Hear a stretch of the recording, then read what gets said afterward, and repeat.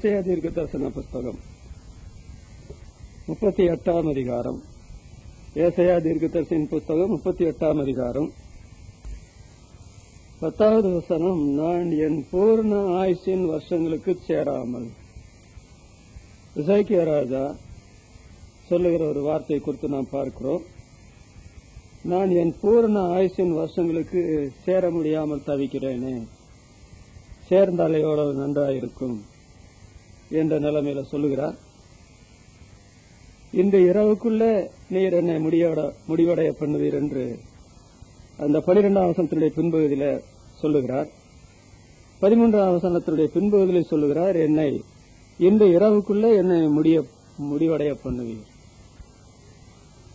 அப்போ அவருடைய ஆயுஷனுடைய பூரணத்துக்குள்ள வர முடியாமல் இருந்தார் என்று இந்த வசனத்தில் பார்க்கிறோம். இன்றைய காலையில் உங்களோடு கூட சேர்ந்து நமது ஆயுசின் நாட்களும் ஆயுசின் வருஷங்களும் என்ற தலைப்பில் பேசப் போகிறேன். நமது ஆயுசின் நாட்களும் ஆயுசின் வருஷங்களும் இது பூரணமாக வேண்டும் என்றுதான் தேவன் விரும்புகிறார். ஆனால் எசேக்கியா ராஜாவுக்கு அதை பூரணப்படுத்த முடியாமல் தவித்ததாக இந்த வேத வசனத்தில் பார்க்கிறோம். ஆனால் அவர் ரொம்ப அழுதார். ஆண்டவர் சொன்னார், உன் கண்ணீரை நான் கண்டேன்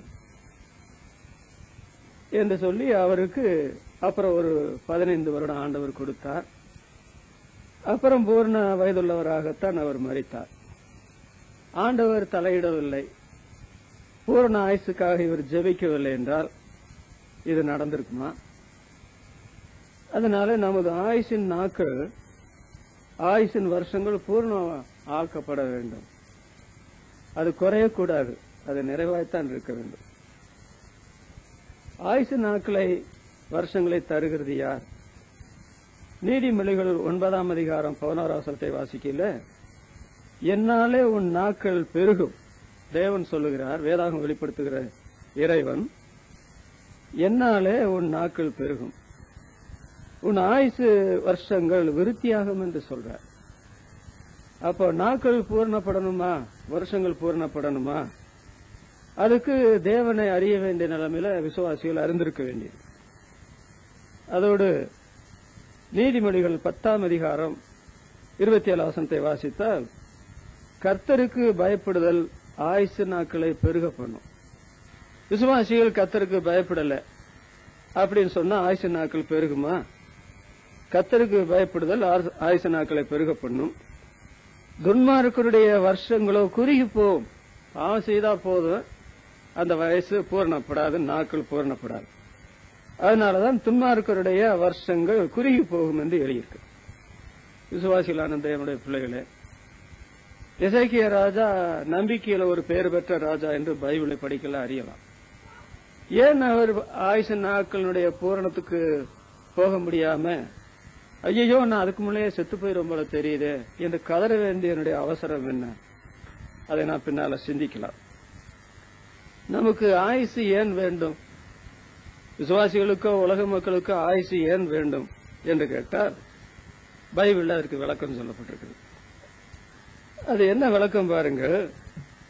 சங்கீதம் 21:4 நான் வாசிக்கும் போது, ஆயுசை நீர் கேட்டீர் பிதாவாகிய தேவனிடத்துல, அவருக்கு ஆண்டவர் பூர்ண ஆயுசை, என்றென்றைக்கும் உள்ள பூர்ண ஆயுசை தந்தார் என்று வாசிக்கிறோம். நீர் ஆயுளை கேட்டீர், அவர் உமக்கு பூர்ண என்றென்றைக்கும் உள்ள பூர்ண ஆயுசை தந்தார் என்று நம்முடைய ஆண்டவரை பற்றி சொல்லப்பட்டிருக்கிறது. ஆண்டவர் பிதாவாகிய தேவனிடத்துல ஆயுசை கேட்டார். அப்படி கேட்டதற்கு பிதாவாகிய தேவன், நீர் அவருக்கு என்றென்றைக்கும் உள்ள தீர்க்க ஆயுசை கட்டளையிட்டீர். அப்படின்னா ஆண்டவருக்கு தீர்க்க ஆயுசு, பூர்ண ஆயுசு, பூர்ண நாட்கள். அவருடைய மக்களுக்கு ஏன் பூர்ண ஆயுசு, பூர்ண நாட்கள் இருக்கக்கூடாது? அதோடு சங்கீதம் 78:8 நீங்கள் 18 வாசித்தால் அங்கே என்ன எழுதி தெரியுமா? இப்பொழுதும் தேவனே, இந்த சந்ததிக்கு உம்முடைய வல்லமையையும் வரப்போகிற யாவருக்கும் உமது பராக்கிரமத்தையும் நான் அறிவிக்கும் அளவும். என்ன அருமையா சொல்றாரு பாருங்க. இப்பொழுதும் தேவனே, இந்த சந்ததிக்கு உமது வல்லமையையும், இப்ப நான் இருக்கிற இந்த பூமியில இந்த நாட்கள்ல உம்முடைய வல்லமையை நான் சொல்லணும். வரப்போகிற யாவருக்கும் ஒருவரோட பாக்கி இல்லாம அவர்களுக்கு உமது பராக்கிரமத்தையும் நான் அறிவிக்கிற அளவுக்கும், நீர் எவ்வளவு பராக்கிரமம் உள்ளவர் அதை அறிவிக்கிற அளவுக்கும் நீர் என்ன செய்யணும் தெரியுமா? முதிர் வயதும் நரை வயதும் உள்ளவன் ஆகிற வரைக்கும் என்னை கைவிடுகிறாக, என்னை கைவிடக்கூடாது. அப்ப பிதாவாகிய தேவனிடத்தில் ஆண்டவர் ஏன் ஆயுசை கேட்டார்? பிதாவாகிய தேவன் ஏன் அவருக்கு என்றென்றைக்கும் உள்ள தீர்க்காயுசை கட்டளையிட்டார்? அவர் உலகத்துல பிறக்கணும், 33 வருஷ காலம் வாழணும். பிதா என்னை உலகத்தில் அனுப்பினார், நான் அதெல்லாம் செய்துட்டேன், நீங்களும் நான் விட்ட ஊழியத்தை செய்யுங்கள் என்று சீசரிடத்துல சொன்னதை நாம் பார்க்கும். அப்ப விசுவாசிகளான தேவ ஜனங்களே, நமக்கு ஆயுசு வேண்டியதனுடைய அவசரத்தை பாத்தீங்களா? அவருடைய வல்லமையையும் இது இப்போ வரப்போகிற யாவருக்கு அவருடைய பராக்கிரமத்தை அறிவிக்கிற அளவுக்கும் எந்த ஒரு தேவனுடைய பிள்ளையும் ஆண்டவர் கைவிடக்கூடாது. நமக்கு ஆயுசு வேண்டுங்க, நாட்கள் வேண்டும், அப்படி நாம் பார்க்கிறோம். நான் இனி உங்களுக்கு வேதாகமத்தில் 3 குறிப்புகள் கொண்டு வரப்போகிறேன். அந்த 3 குறிப்புகள் என்னவென்றால், நமது ஆயுசின் நாட்களும் ஆயுசின் வருஷங்களும் பூரணப்பட வேண்டும். ஆனால் ஏன் பூரணப்படாமல் விசுவாசிகள் தவிக்கிறார்கள், உலக மக்கள் தவிக்கிறார்கள் என்பதை விளக்கதற்காக ஒரு 3 குறிப்புகள் உங்களுடைய சிந்தனைக்கு நான் கொண்டு வருகிறேன். அதுல முதலாவது நாம் பார்க்கும்போது சங்கீதம் 102 23, 24 வசனத்தை நீங்கள் பார்த்தால், வழியிலே என் பலனை அவர் ஒடுக்கி என் நாட்களை குறுக பண்ணினார். தாவீது சொல்றார், வழியில என் பலனை அவர் ஒடுக்கினார். ஒரு விசுவாசி, ஒரு தேவ பக்தன், என்னுடைய இருதயத்துக்கு ஏற்றவன் என்று ஆண்டவர் சொல்றார். அவனிடத்துல அவர் என்ன செய்யறார்? வழியில என் பலனை அவர் ஒடுக்கி போட்டார். சரியாத்தான் செய்தார் மாதிரி சொல்றார். என் நாட்களை குறுக பண்ணினார். ஒன்று ஒடுக்கினார், இன்னொன்று குறுக பண்ணினார். தேவன் ஒரு விசுவாசியுடைய வாழ்க்கையில இப்படி செய்யலாமா? அதுவும் தாவீதனுடைய விஷயத்தில் இப்படி செய்யலாமா? அவருடைய பலனை ஒடுக்கலாமா? அவருடைய நாட்களை குறுக பண்ணலாமான்னு கேட்டா, நான் அவனுடைய பலனை ஒடுக்கத்தான் செய்வேன், இன்னொன்று அவனுடைய நாட்களை குறுக பண்ணுவேன் தான் அவர் சொல்வார். இப்படிப்பட்ட சம்பவம் நடக்கும்போது தாவீது என்ன சொல்றாரு பாருங்க. அப்பொழுது நான், என் தேவனே, பாதி வயதில் என்னை எடுத்துக்கொள்ளாதை. நீர் என் தேவன் என்பதை பற்றி எனக்கு சந்தேகம் கிடையாது. ஆனால் நீர் என்ன பாதி வயசுல எடுத்துக்கொள்ளக்கூடாது. இன்னும் பாதி வயசு இருக்குதே.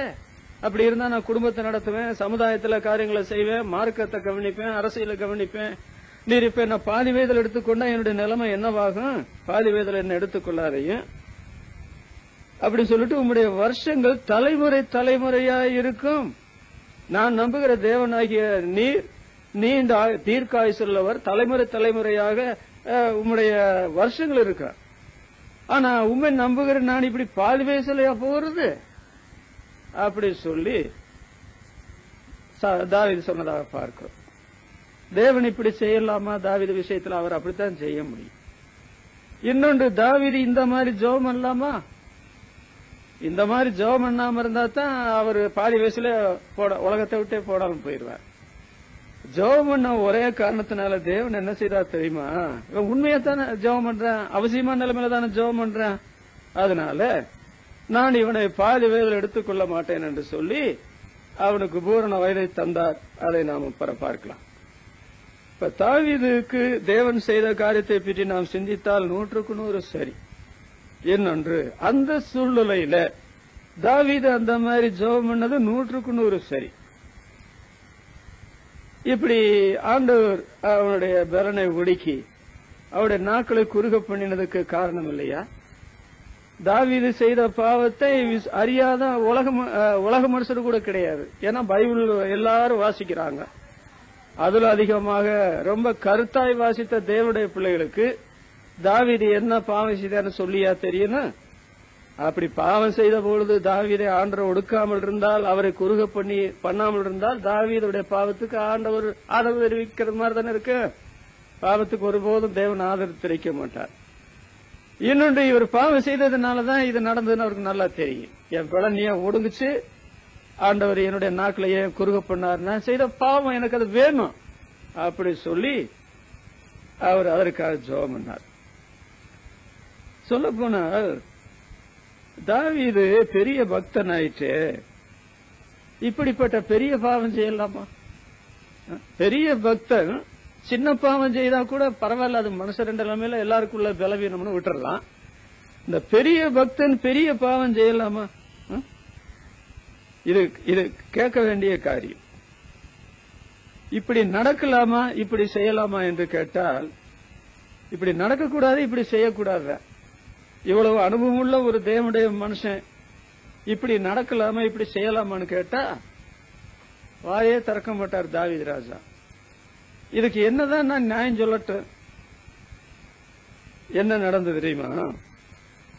ஆண்டவர் இந்த பலனை ஒடுக்கி அவருடைய நாட்களை குறுகி பண்ணதற்கு ஒருவேளை ஆண்டவர் அவரை எடுத்திருப்பார், பாதி வயசுல எடுத்திருப்பார்.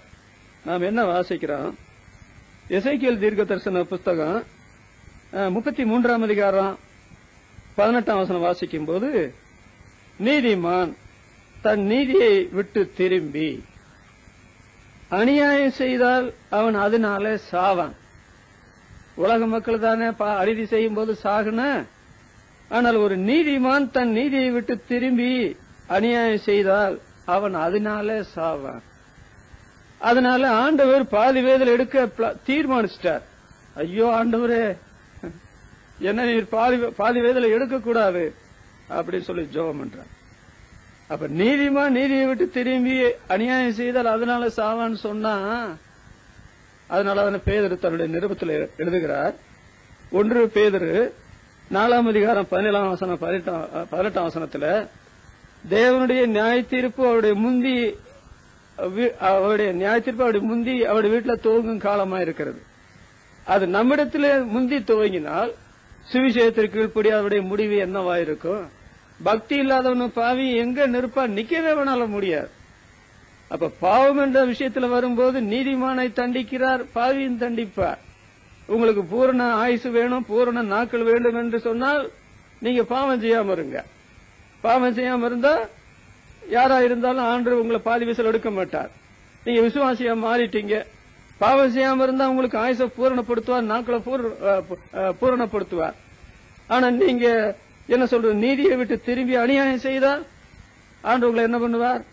பாதி வயதிலே உங்களை எடுக்க வேண்டி இருக்கு. அப்புறம் உங்களுடைய மனைவி நிலைமை என்ன, பிள்ளைகளுடைய நிலைமை என்ன, உற்றார் உறவுடைய நிலைமை என்ன, உங்களுடைய தொழில் நிலைமை என்ன, ஊழிய நிலைமை என்ன? பாவம் செய்யாதபடி இருக்க வேணும். அது ஆண்டவர் விரும்புகிற ஒன்று. 2 சாமுவேல் 12ஆம் அதிகாரம் 13ஆம் வசனத்தை வாசிக்கல, அங்க நாத்தான் வந்து நெருக்கிறார். அப்ப தாவீது என்ன சொல்றா தெரியுமா? நான் கர்த்தருக்கு விரோதமாக பாவம் செய்தேன் அப்படி சொல்லி பாவரிக்கை செய்கிறார். மிக மிக மிக ஆழமான பாவரிக்கை. அதை கண்ட ஆண்டவர் நாத்தான் மூலமா என்ன சொன்னா தெரியுமா? நீ சாகாதபடிக்கு கர்த்தர் உன் பாவம் நீங்க செய்தார், இல்லைன்னா செத்திருப்பான், ஆண்டவர் கொண்டு இருப்பார். மோசையே ஆண்டவர் கொல்ல பார்த்தார் எழுதியிருக்குதே. யூதாவினுடைய 2 குமாரரை ஆண்டவர் கொன்று போட்டார் என்று எழுதியிருக்குதே.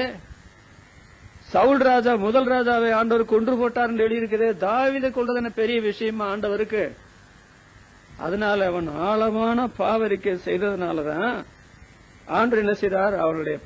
அவனுக்கு சாகாதபடிக்கு அவனுக்கு உயிர் பிச்சை கொடுத்தார். அந்த பாதி வயசுல எடுக்காமல் முழு ஆயுசை தந்தார். சங்கீதம் 51 வாசிக்கும் போது எத்தனை பயங்கரமான காரியங்கள் அங்க எழுதியிருக்கு பாத்தீங்களா? இப்படிப்பட்ட ஒரு பாவரிக்கை நான் நினைக்கிறேன் அவன் முதலாவது ஆண்டவரை ரட்சகராய் ஏற்றுக்கொள்ளும்போது செய்தான் என்று கூட நான் சொல்ல மாட்டேங்க. காரணம், அப்பொழுது அவன் செய்து பாவியா இருந்திருக்கிறார். தேவஆவி பாவத்தை பற்றி உணர்வு ஏற்படுத்தி பலி மிருகங்களினால பாவ மன்னிப்பு இயேசுநாதர் சிலுவையில மரிக்க போறார், அதற்கு படமாகத்தான் இந்த பலி மிருகங்கள் செலுத்தப்படுகிறது என்று பாவ மன்னிப்பு பெற்றுக் கொண்டார். ஆனாலும் நான் ஒரு விசுவாசியாகியும் நான் பாவம் செய்துட்டேனே, நான் 2 முறை செத்த நிலைமையில வர வேண்டிய ஒரு சூழ்நிலை ஏற்பட்டது.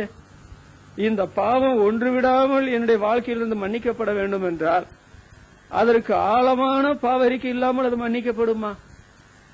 பாருங்க, உலக மனுஷர்களுக்கு கூட இப்படி 2 பாவத்தையும் ஒட்டுக்க செய்ய மாட்டாங்க. ஒரு பாவத்தை செய்வாங்க, இன்னொரு பாவத்தை விட்டுருவாங்க.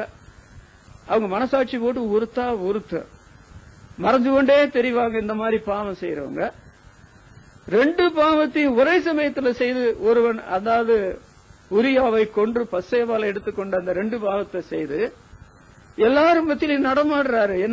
என்ன பார்த்தீங்களா, நான் நல்ல விசுவாசி, அரசியலும் நடக்குது, மார்க்கம் நடக்குது, குடும்பம் நடக்குது. 1 வருஷ காலம் பாவத்தை மறைத்து வைத்திருந்த அந்த காரியத்திற்கு முழு மன்னிப்பு வேணும்னா என்ன செய்யணும்? அதாவது பயங்கரமான பாவரிக்கை செய்தால் அல்லாமல் அந்த பாவத்துக்கு மன்னிப்பு கிடைக்காது.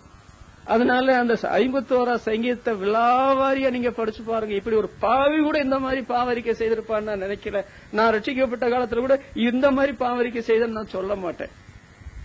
ஆனால் சத்தியத்தை அறிகிற அறிவை அடைந்து மனப்பூர்வமா பாவம் செய்கிறவர்கள் என்று சொல்லும் பொழுது என்ன எழுதப்பட்டிருக்கு? எபிரேயர் 10ஆம் அதிகாரத்துல 26ஆம் வசனத்திலிருந்து படிக்கிறேன். சத்தியத்தை அறியும் அறிவை அடைந்த பின்பு நாம் மனப்பூர்வமாய் பாவம் செய்வர்களாய் இருந்தால் பாவங்கள் நிமித்தம் செலுத்தத்தக்க பலி வேறொரு பலி இராமல் நியாய தீர்ப்பு வரும் என்று பயத்தோட எதிர்பார்க்குதலுக்கும் விரோதிகளை பட்சிக்கிற கோபாக்கினையுமே கிடைக்கும். மோசேயனுடைய நியாயப்பிரமாணத்தை தள்ளுகிறவன் இரக்கம் பெறாமல் 2-3 சாட்சிகள் வாக்கினாலே சாகிறானே. தேவனுடைய குமாரனை காலின் கீழே மிதித்து தன்னை பரிசுத்தம் செய்த உடன்படிக்கையின் ரத்தத்தை அசுத்தம் என்றெண்ணி கிருபையின் ஆவியை நிந்திக்கிறவன் எவ்வளவு கொடிதான ஆக்கினைக்கு பாத்திரவானா இருக்கிறார் என்பதை யோசித்து பாருங்கள்.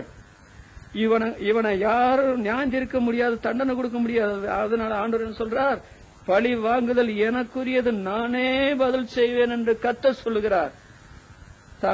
என்றும் கர்த்தர் தம்முடைய ஜனங்களை நியாயந்தீர்ப்பார் என்று சொன்னவர் இன்னார் என்று அறிவோம். ஜீவனுள்ள தேவனுடைய கைகளில விழுகிறது பயங்கரமா இருக்குமே, அதி பயங்கரமா இருக்குமே. இந்த வார்த்தைகள் எல்லாம் சேரும் பொழுது ஐயோ, தாவீது புழுவா துடிச்சு போனார். பயங்கரமான பாவரிக்கை செய்தார். இதெல்லாம் ஆண்டவர் கண்டதுனாலதான் இவ்வளவு ஒரு பாவியை விட பயங்கரமான நிலைமையில உடைந்த உள்ளத்தோடு அழுது கதறானே, தன்னுடைய அந்தஸ்தெல்லாம் எல்லாத்தையும் விட்டு போட்டு என்று சொல்லி ஆண்டவர் அவனுக்கு மன்னித்து என்ன நடந்தது? அவருடைய பலனை ஆண்டவர் குறுக பண்ணினாரு. அதோடு அவனுடைய ஆயுசு குறுகினது. ஆண்டவர் என்ன செய்தார் தெரியுமா? அதற்கு பின்னால ஆண்டவர் செய்த காரியத்தை நீங்கள் பார்த்தால் 15ஆம் அதிகாரம் 5ஆம் வசனத்துல தாவீது ஏத்தியனாகிய உரியாவின் சங்கதி ஒன்று தவிர தனக்கு கட்டளையிட்டதில் தான் உயிரோடு இருந்த நாளெல்லாம் ஒன்றையும் விட்டு விலகாமல் அவர் கர்த்தர் பார்வைக்கு செம்மையானதை செய்தார். உன் பாவம் நீங்க செய்தார் இந்த நாத்தான் சொன்ன உடனே இவ்வளவு பெரிய பாவத்துக்கு ஆண்டவர் மன்னிப்பு கொடுத்திருந்தால் நான் என்ன செய்ய தெரியுமா? இனி உள்ள காலத்துல நான் ஆண்டவருடைய கட்டளைக்கு எதையாவது நான் மீறி ஜீவிப்பேனா? அதனாலதான் தேவாவி வேதத்தில் எழுதியிருக்கிறார், தாவீது ஏத்தியனாகி உரியாவின் சங்கதி ஒன்று தவிர கர்த்தர் தனக்கு கட்டளையிட்டதில்லை, தான் உயிரோடு இருந்த நாளெல்லாம் ஒன்றையும் விட்டு விலகாமல் அவர் பார்வைக்கு செம்மையானதை செய்து வந்தான். அதனால இதெல்லாம் ஆண்டவர் மனதில் வைத்து தாங்க. அவன் எவ்வளவு பெரிய பாவம் செய்தாலும் பரவாயில்ல, அவன் அருமையான பாவரிக்கையும் செய்யறான் உடைந்த உள்ளத்தோடு.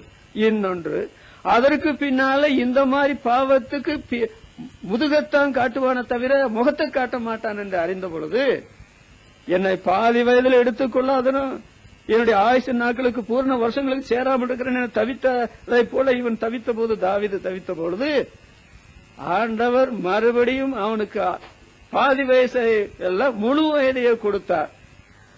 அதனால முடிவில் என்ன பார்க்கிறோம் பாத்தீங்களா?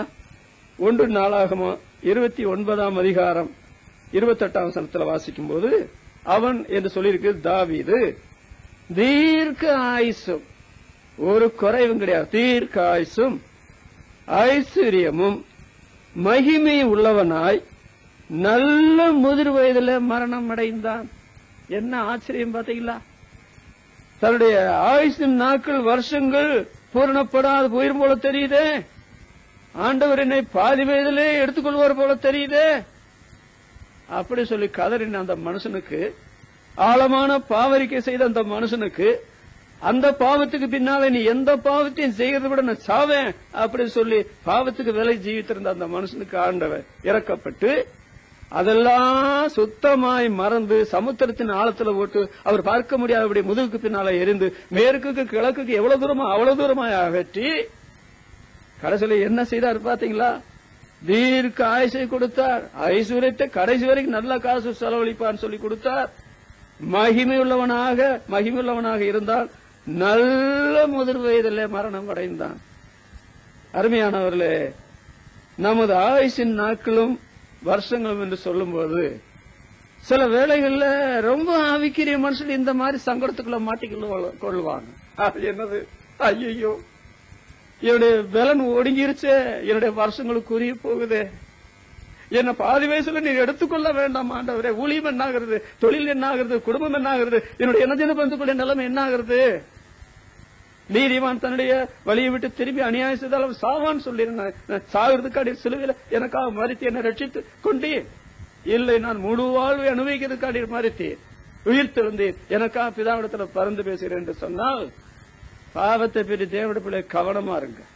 நீங்க இருக்கிற இடத்துல, போகிற இடத்துல, வருகிற இடத்துல, நீங்க கல்யாணமானாலும் கல்யாணம் ஆகவில்லை என்ன, ஆண்களா இருந்தாலும் பெண்களா இருந்தாலும் என்ன, பாவத்தை பொறுத்தமட்டில் நீங்கள் அஜாக்கிரதையா இருந்தால் தேவன் பாவியை விட்டு வைக்க மாட்டார். எவனையே பரிசுத்தமான எவனை விட்டு வைக்க மாட்டார். பாவியான எந்த பெண்ணையும் ஆண்டவர் விட்டு வைக்க மாட்டார். பரிசுத்தவாட்டியான எந்த பெண்ணையும் ஆண்டவர் விட்டு வைக்க மாட்டார்.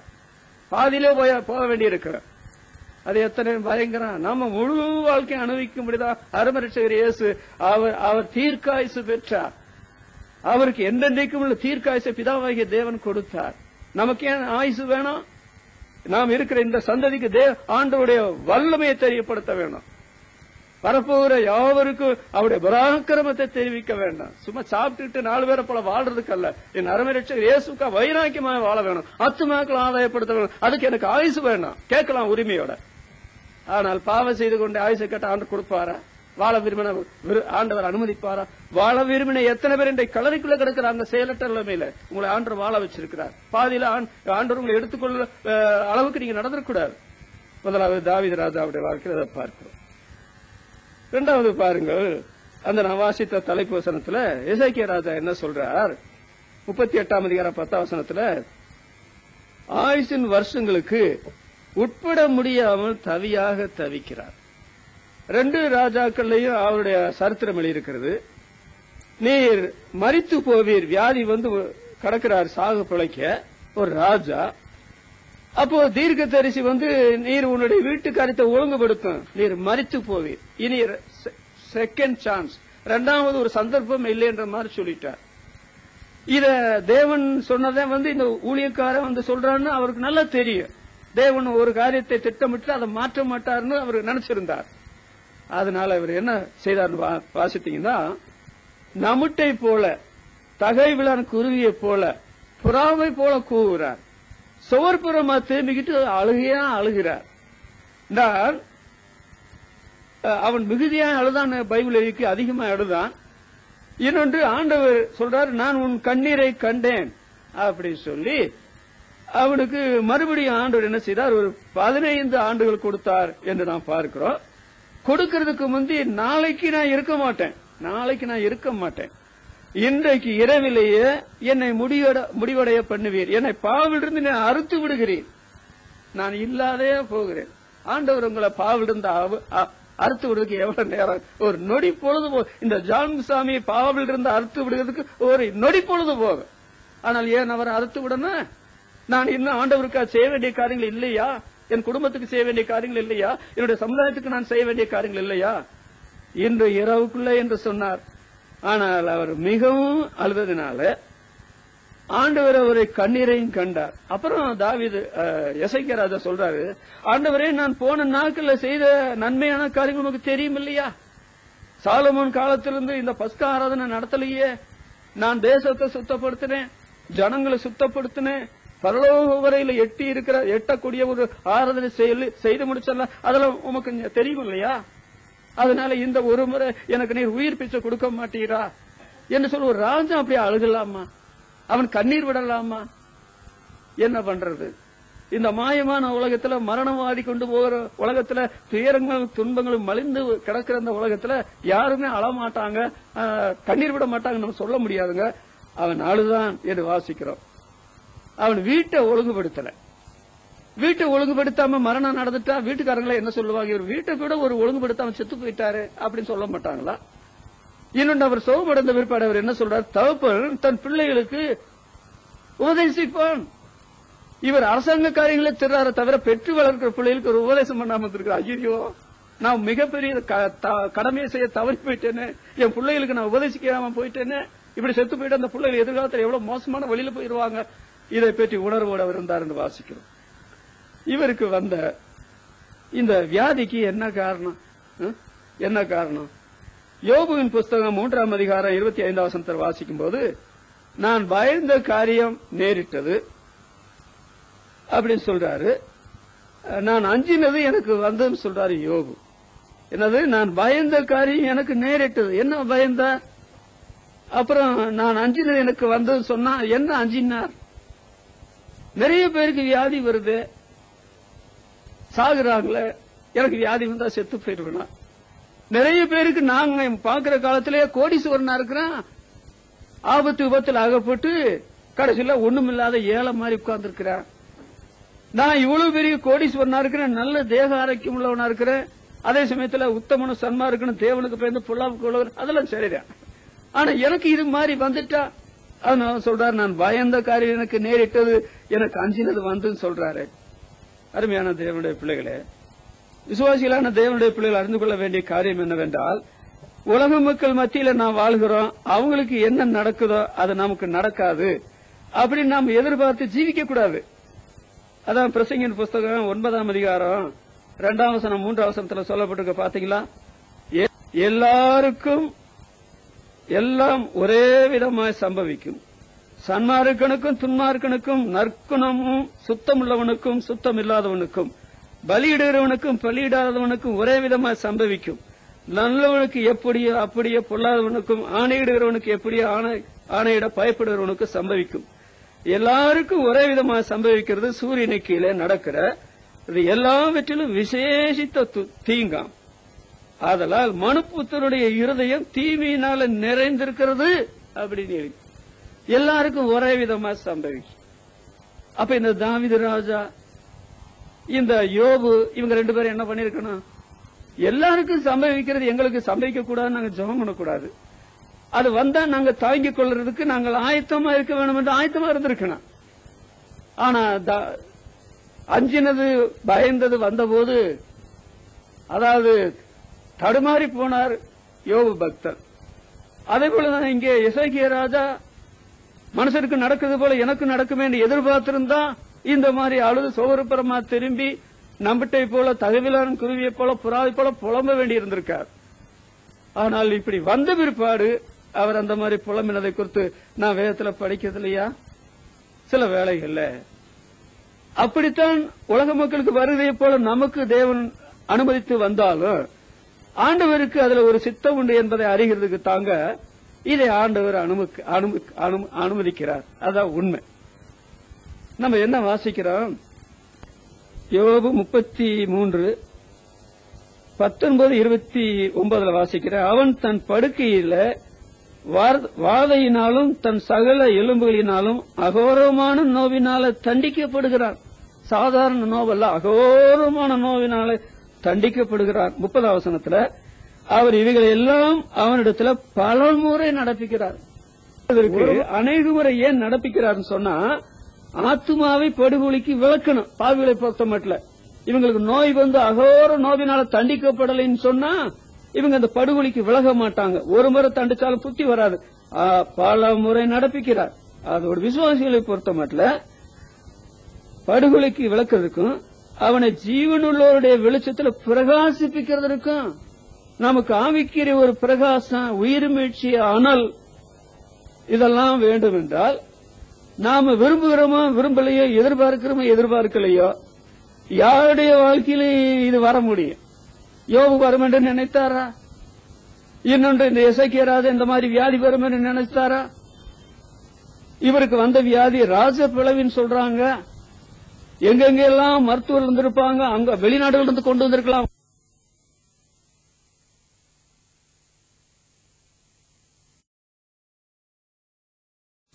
இருக்கிற மருத்துவர்களுக்கு என்ன குறையா?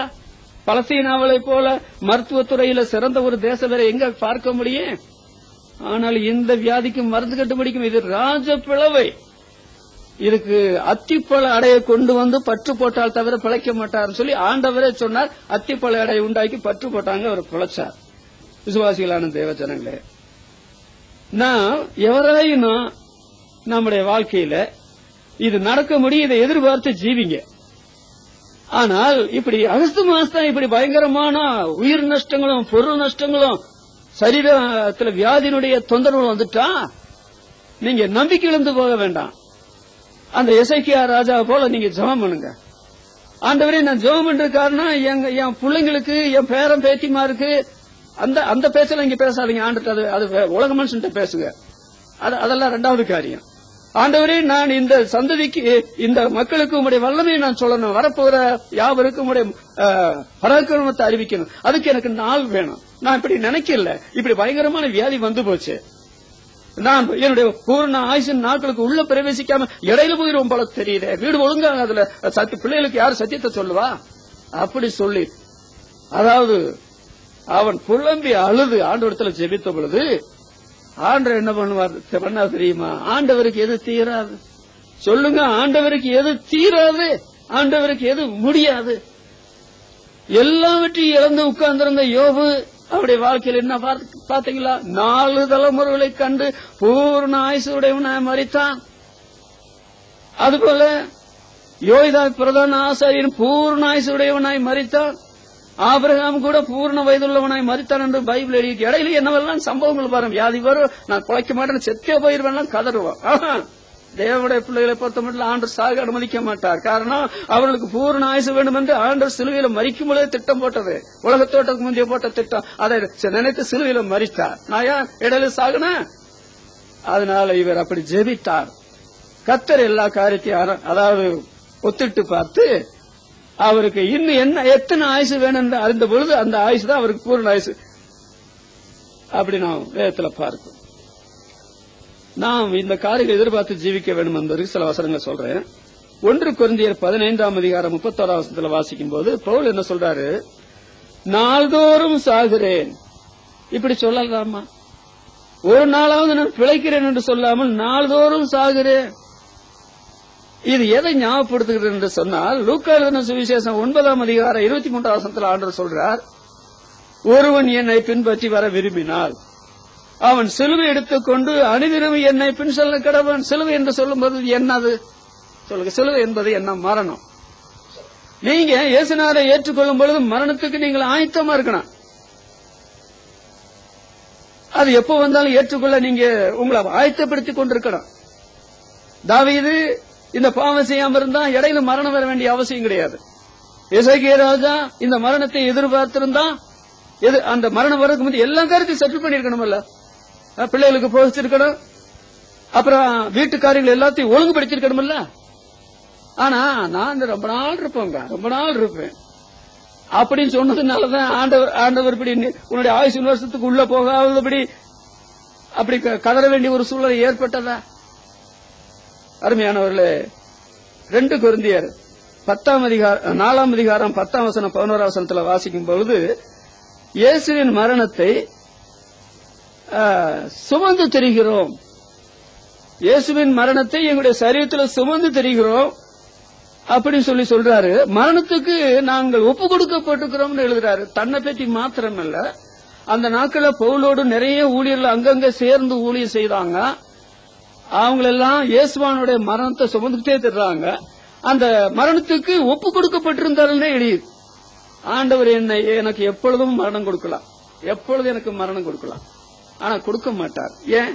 நான் அவருடைய சித்தம் செய்ய வைக்கப்பட்டிருக்கிறேன். எனக்கு மரணம் எப்ப நடக்கும் என்று ஆண்டவருக்கு நல்லா தெரியும்.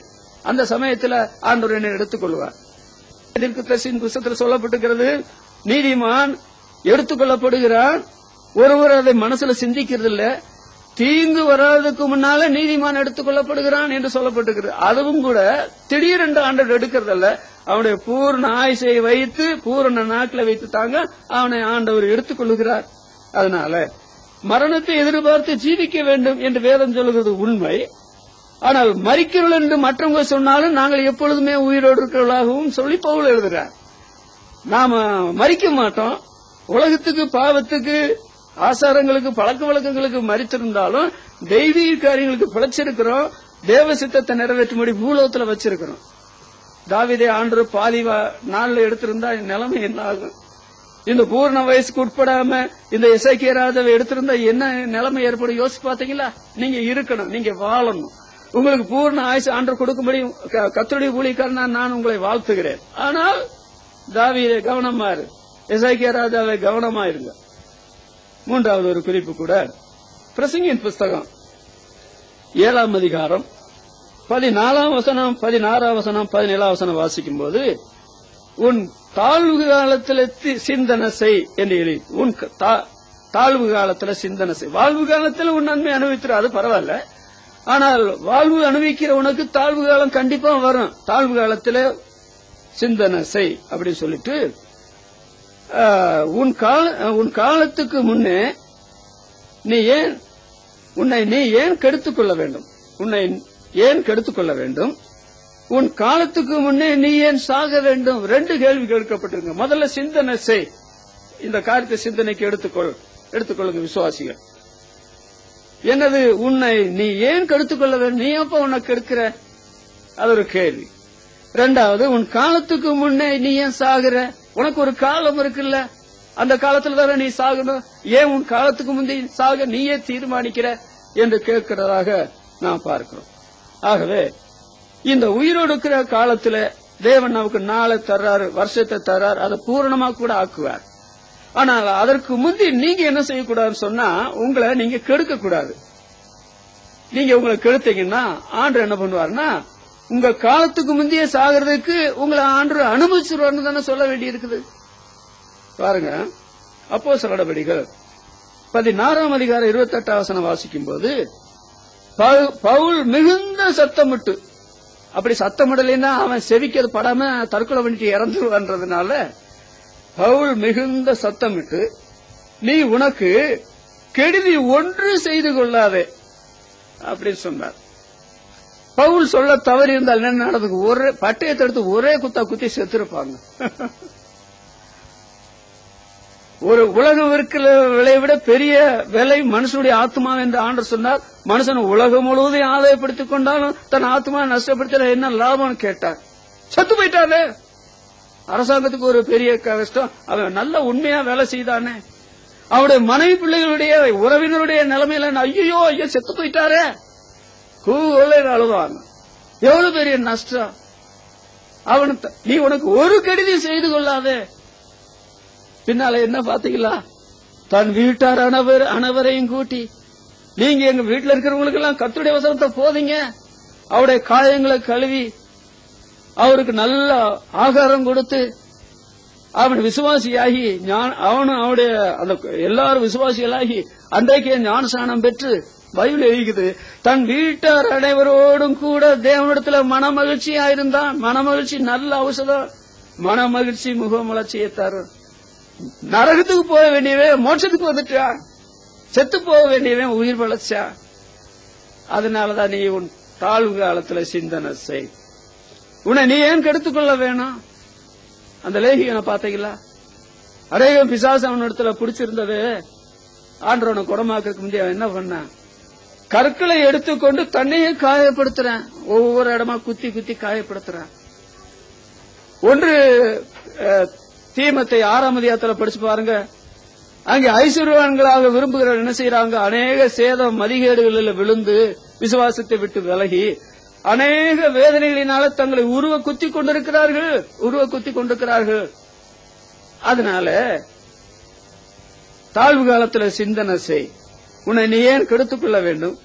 உன் காலத்துக்கு முந்தி ஏன் சாக வேண்டும் என்று கேட்கிறாரு. காலத்துக்கு முந்தி ஏன் சாக வேண்டும் என்று 1 தீமோத்தேயு 5ஆம் அதிகாரம் 24ஆம் வசனத்துல வாசிக்கிறோம்.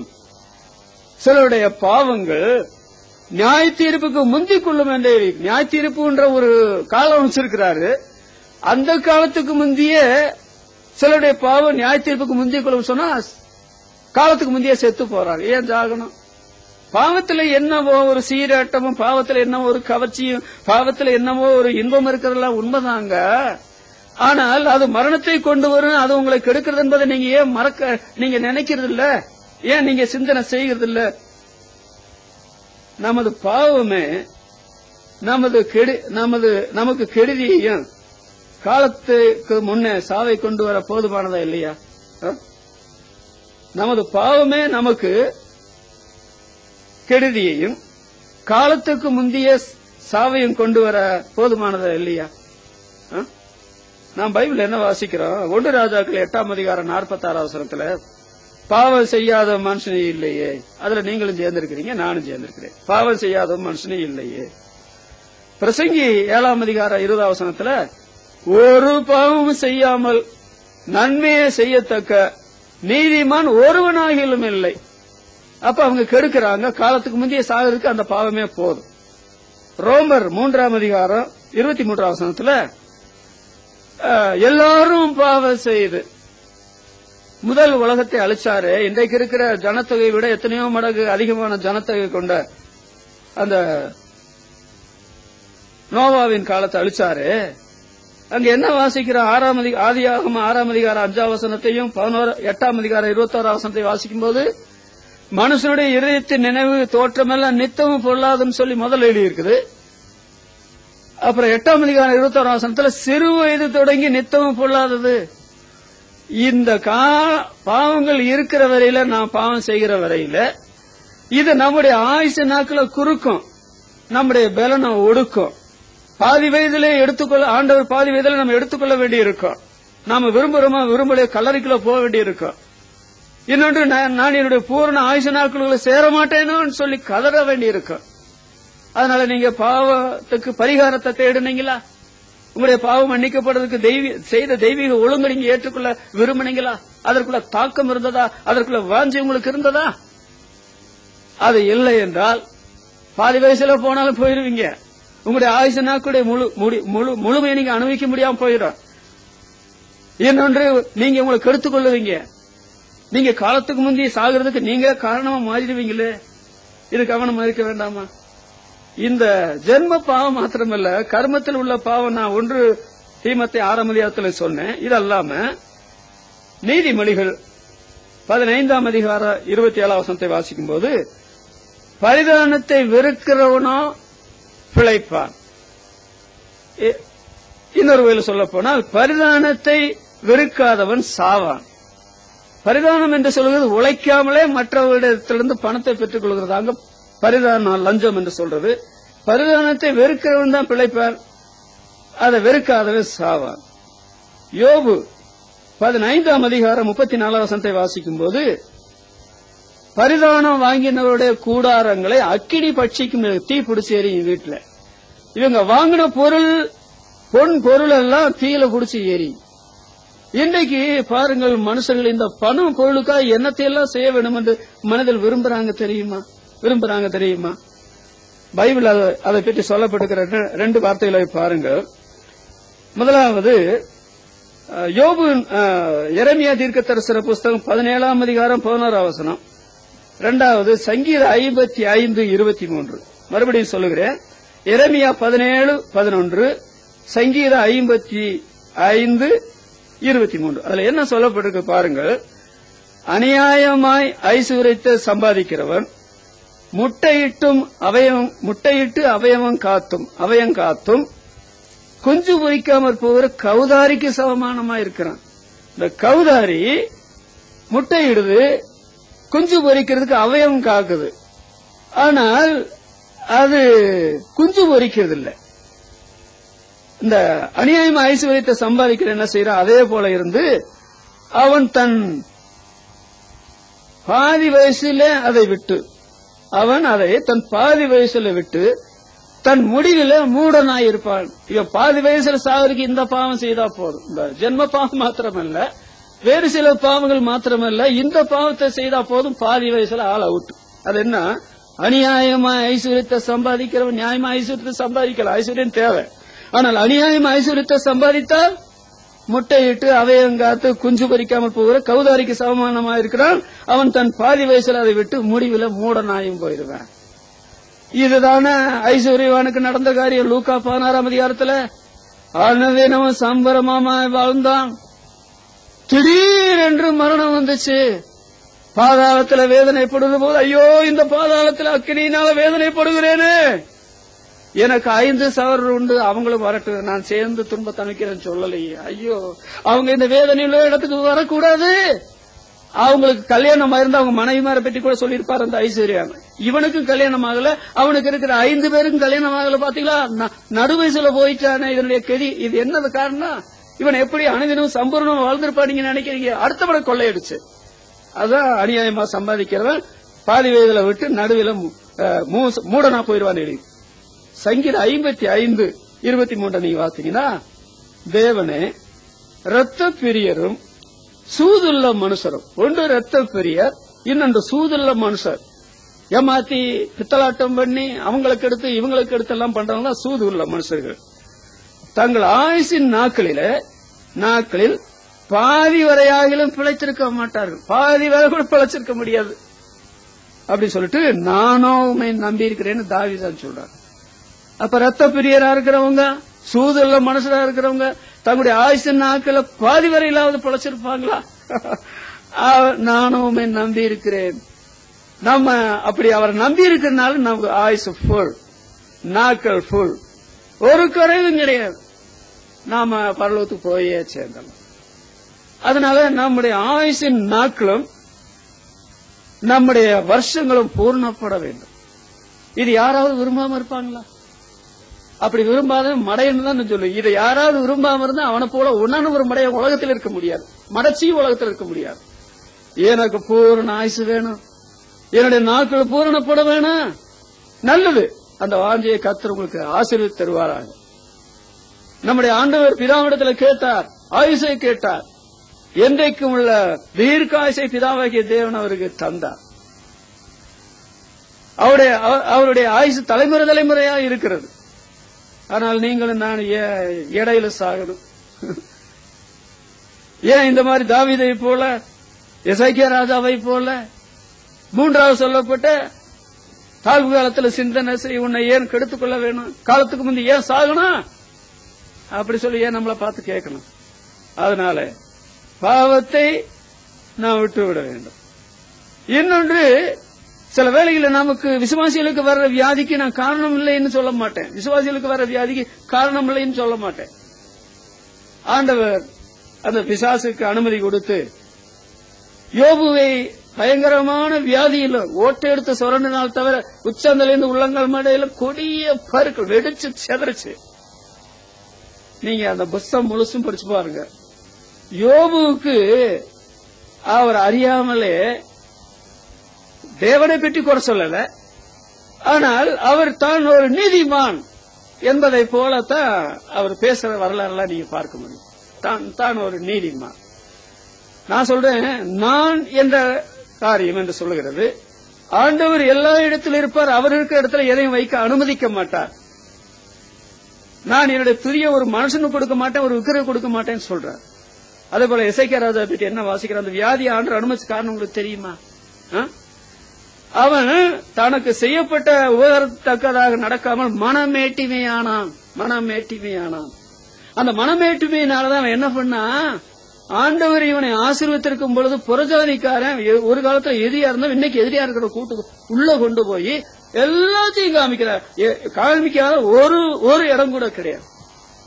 தன்னுடைய பிள்ளைகளுக்கு அவன் சத்தியத்தை போதிக்க தவறினதுனால இவருடைய பிள்ளைகள் அரமனையில பலஸ்தீனாவில பாலும் தேன் ஒரு ராஜ்யத்துல இருந்த சிம்மாசனத்தில் இருக்க வேண்டியவங்க பாபிலோன் ராஜ்யத்துல போய் அரமனையில வேலைக்காரர்களாக இருக்கட்டும் விட்டுட்டு செத்து போயிட்டாரு இந்த எசேக்கியா ராஜா. அப்பதான் பைபிள் சரித்திரம் வருது. இது ஏன்? மனமேட்டிமை. சில வேளைகளில் தேவனுடைய பிள்ளைகள் வேற பாவம் செய்ய மாட்டோம், உபசாரம் செய்ய மாட்டோம், கொலைபாதகம் செய்ய மாட்டோம், ஆனா பிசாசு உங்களை கெடுத்து குட்டிச்சவராக்குறதுக்கு இது ஒண்ணு போதும். எடுத்து குட்டிச்சவராக்குறது என்னது? நான் என்னால் இல்லாம ஏதாவது நடக்குமா? என்னை போல ஒரு விசுவாசி உண்டா? என்னை போல ஒரு பக்தன் உண்டா? இது ஆண்டவருக்கு ரொம்ப அருவருப்பான காரியம். மறந்துறாங்க, ஆண்டவருக்கு அருவருப்பான காரியம் அது. 2 கொரிந்தியர் 12 பாருங்க. எனக்கு வெளிப்படுத்தப்பட்டவுடைய மேன்மை நிமித்தம் நான் என்னை உயர்த்தாதபடிக்கு அது என்னை குட்டு சாத்தானுடைய தூதனா இருந்தது பவுல் எழுதுறார். பவுலுடைய வாழ்க்கையில வேற எந்த பாவத்தை நீங்க பார்க்க மாட்டீங்க. ஒரே மேஜர் மிஸ்டேக் அவற்று இருந்தது. அது என்ன தெரியுமா? நான் என்னை உயர்த்தாதபடிக்கு அது என்னை குட்டு சாத்தானுடைய தூதனா இருந்தது. ஆண்டவர் அதை எடுத்த அடுத்த நிமிஷத்துல அவர் என்ன பண்ணுவார் தெரியுமா? தன்னை உயர்த்துவார். அது தெரியாது. சாகுற வரைக்கும் அது உங்கள்கிட்ட இருக்கட்டது, நான் எடுக்க மாட்டேன். அதனால ஆண்டவர் ஏதோ அநீதியை செய்யறாரு நான் விளக்கம் சொல்ல மாட்டாங்க. இந்த பைபிள நான் முழுசும் படிச்சிருக்க. அநியாயமா ஆண்டவர் எதையுமே செய்ய மாட்டார். உன்னை விட்டு வைக்க மாட்டார் யாருடைய வாழ்க்கையில். அது பாவியோ பரிசுத்தவானோ. நீங்க ஒளிஞ்சிட்டே தெரியலான்னு பாக்குறீங்களா? நீங்க ஆண்டவருக்கு ஒளிய முடியாது. விசுவாசிகளான தேவனுடைய பிள்ளைகள் ஆண்டவருக்கு ஒளிஞ்சு தெரியலான்னு பாக்குறீங்க, ஒளிய முடியாது. யாரா இருந்தாலும் சரி, ஆண்டவர் அக்கு வேற ஆடி வேறமா ஆண்டவரா பாவத்தை வெளிப்படுத்திடுவார். எங்களுடைய அந்தரங்க பாவங்களை உங்களுடைய முகத்தின் வெளிச்சத்தில் நிறுத்தின நிலைமை ஏற்பட்டா அவமானமா இருக்காது தேவனுடைய திருச்சபையில நிச்சயத்துல. அதனால இங்கே இருந்து ஆண்டவர் என்ன கொடிய பாடுகளை தேவகுமார் சிலுவையில சகித்தார். நான் கைகள் செய்த பாவத்திற்கு அவருடைய கைகளில் ஆணிகள், நான் காலில் செய்த பாவத்திற்கு அவருடைய கால்களில் ஆணிகள், நான் தலையில செய்த பாவத்துக்கு அவருடைய தலையில முட்கிறார். என்னுடைய உச்சந்தலிருந்து உள்ளங்கால் வரை நான் செய்த பாவம் அடித்து சின்னவனப்படுத்தினார்களே. பாவத்தை எப்படி நீங்க அனுமதிக்கிறீங்க? பாவத்தை வைத்துக் கொடுக்க என்ன நியாயம் சொல்றீங்க? அதனால அதை அகற்றுவீர்கள் என்றார். வாழ்வும் தாழ்வும் ஆண்டுடைய கருத்துல மறந்துட்டீங்களா? துணிகரமா இருக்கிறீங்களா? பயப்படாம இருக்கிறீங்களா? ஜாக்கிரதை. அதனால பக்தன் புலம்புறாரு, அழுகிறார். ஆண்டவரே, என்னை பாதியோட வயதில் எடுத்துக்கொள்ள கூடாது. நான் என்னோட பூரண வயசுக்கு சேர மாட்டேங்கிறேனே. அதனால தாவீது, எசேக்கியா, நீங்களும் நான் எனக்கு பூரண ஆயுசு வேணும். எதுக்கு? நல்லா சாப்பிட்டுருக்கா? எனக்கு பூரண ஆயுசு வேணும். 4 பேரை போல நான் பேர் எடுக்கிறதுக்கா? எனக்கு பூரண ஆயுசு வேணும். எதுக்கு? இந்த பூர்ண ஆயுசுல தான் நம்ம ஆண்டருக்கு எதையாவது செய்ய முடியும். சிறுசோ பெருசோ, சின்ன காரியத்துக்கு பெரிய மதிப்பு உண்டு. நான் விளக்கம் சொல்லுவேன். பெரிய காரியத்துக்கு ஆண்டவர் என்ன மதிப்பு கொடுக்கிறாரோ அதே காரியம் சின்ன காரியத்துக்கு ஆண்டவர் மதிப்பு கொடுக்கிறார். ஆஸ்திரேலியால ஊழி செய்யறாங்களாம் பெண்கள். அந்த பணத்தை எதுக்காக செலவு பண்ணிருக்கலாம்ல. அப்புறம் என்ன வாசிக்கிறேன்? அந்த ஸ்திரீ 2 காசு போடுறா. தன்னுடைய ஜீவனத்துக்கு உண்டான எல்லாவற்றையும் போட்டு விட்டார்.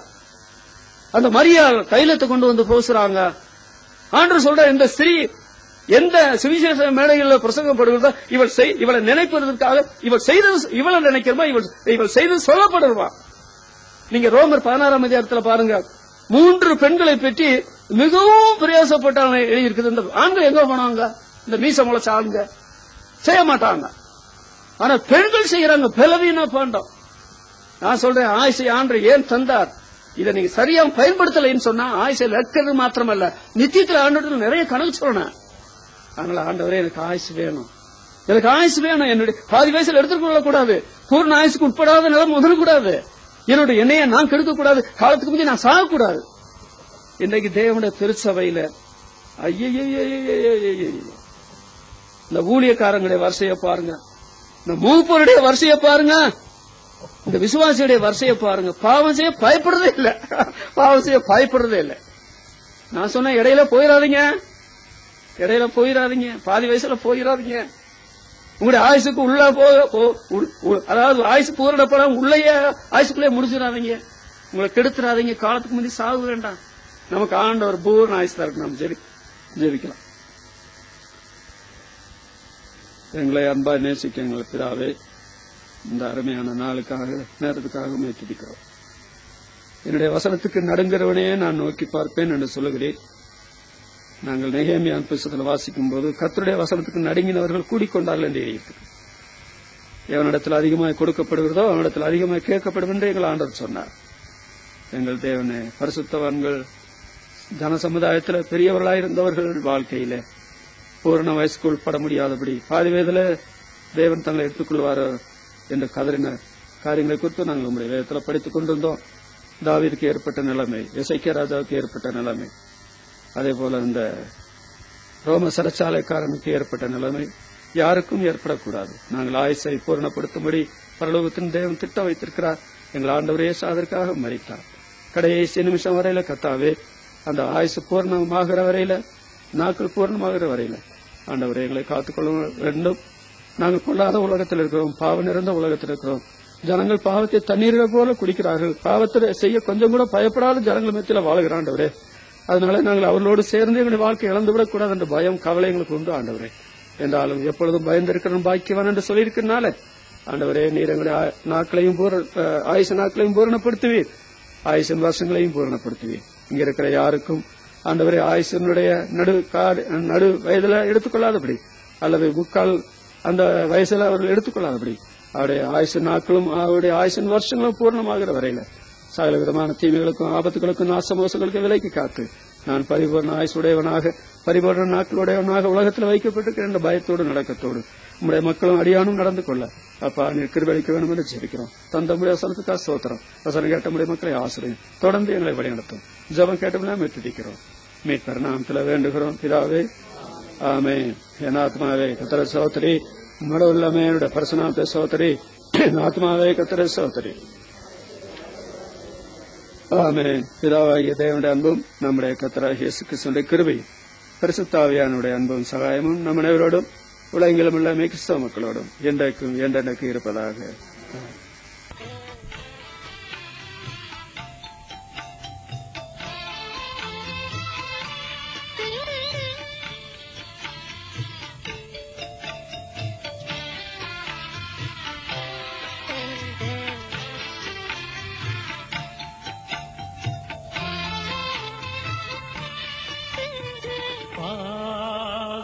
மனதுருகே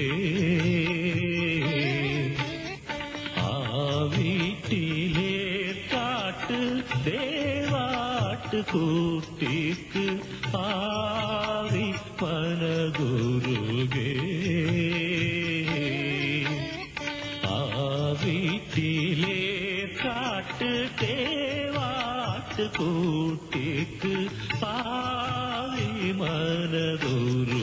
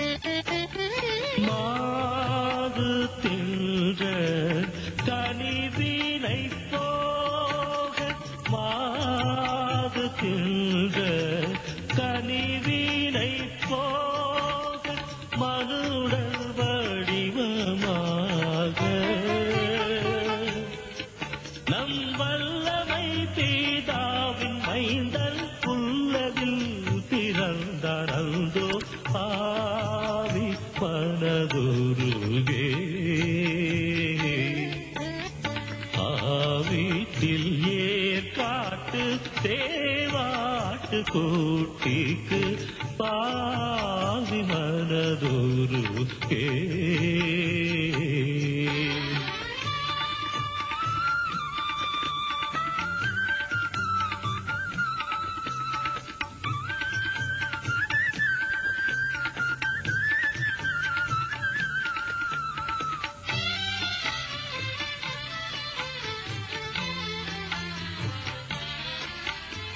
வேத வாசகப்படி நெறி காட்ட வேத வாசகப்படி நெறி காட்ட வேதாள குடி ஓட்ட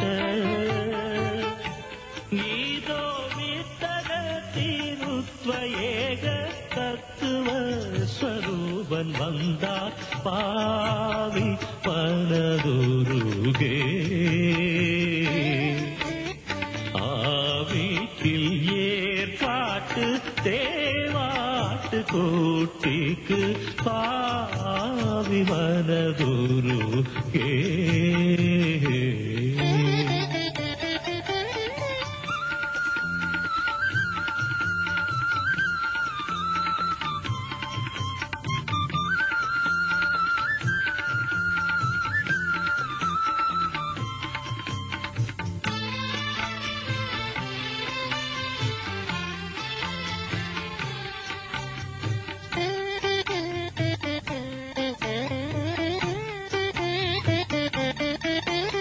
விந்தை திருமுதல் நரகுரு வந்தார் விந்தை திருமுதல் நர